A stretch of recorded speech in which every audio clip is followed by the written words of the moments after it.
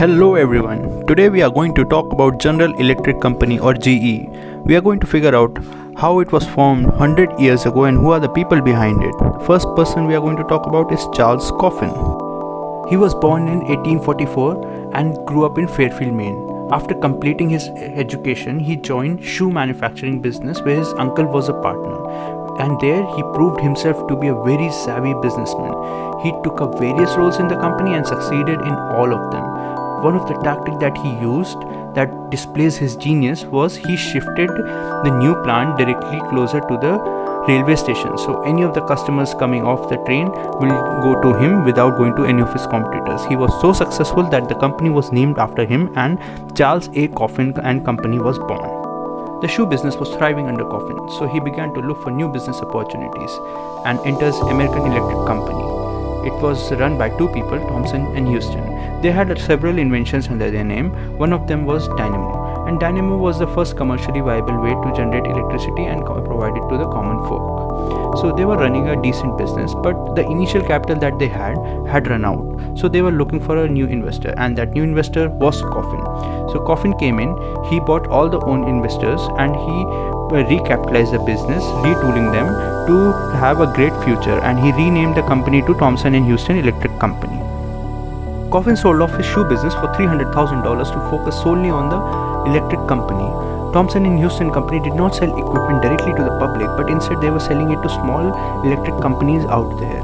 And this helped them to achieve greater scale by becoming a wholesaler rather than a retailer. But often, Coffin's customers were struggling financially. So Coffin came up with something new at the time, vendor financing. In this, he allowed his customers to pay for the equipment in some form of a combination of cash upfront and debt or equity as securities.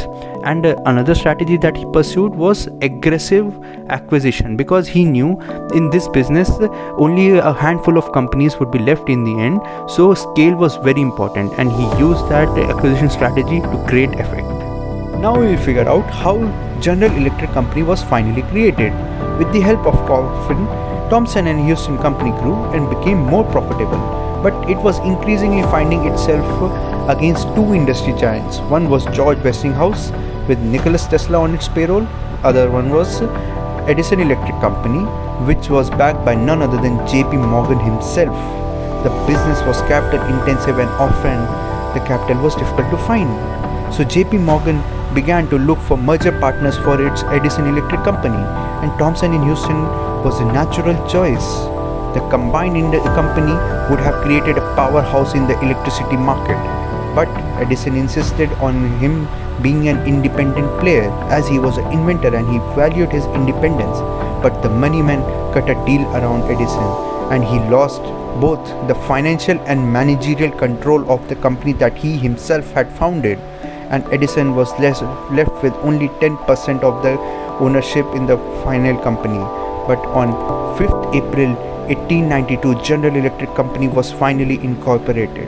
And in the first 8 months of the GE being in the market, it had a revenue of around $12 million and a profit of about $3 million. That's a huge number for the company in that day. Does business excite you? Then Biz Moments is the channel for you. If you like the video, please subscribe and share it with your friends. Thank you.